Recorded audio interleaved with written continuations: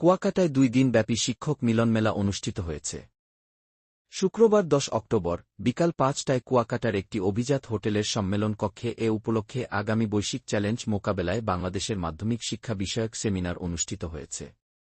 Dynamic teachers of secondary education Barishal বিভাগ আয়োজিত সভায় সভাপতিত্ব করেন উপপরিচালক মাধ্যমিক ও উচ্চশিক্ষা বরিশাল অঞ্চল মোহাম্মদ জাহাঙ্গীর হোসাইন।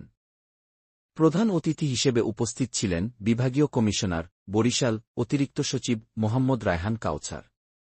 অনুষ্ঠানে বিশেষ অতিথি হিসেবে উপস্থিত ছিলেন অতিরিক্ত বিভাগীয় কমিশনার সার্বিক বরিশাল যুগ্ম সচিব মোহাম্মদ আহসান হাবিব, জেলা প্রশাসক বরিশাল মোহাম্মদ দেলোয়ার হোসেন, জেলা প্রশাসক পটুয়াখালী ড মোহাম্মদ শহীদ হোসেন চৌধুরী।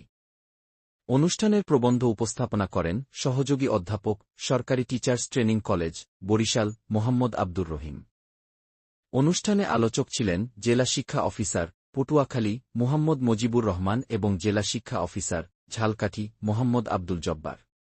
এ সময় বরিশাল বিভাগের বিভিন্ন জেলা থেকে 3 শতাধিক শিক্ষা প্রতিষ্ঠান প্রধান এবং সহকারী শিক্ষকগণ উপস্থিত ছিলেন।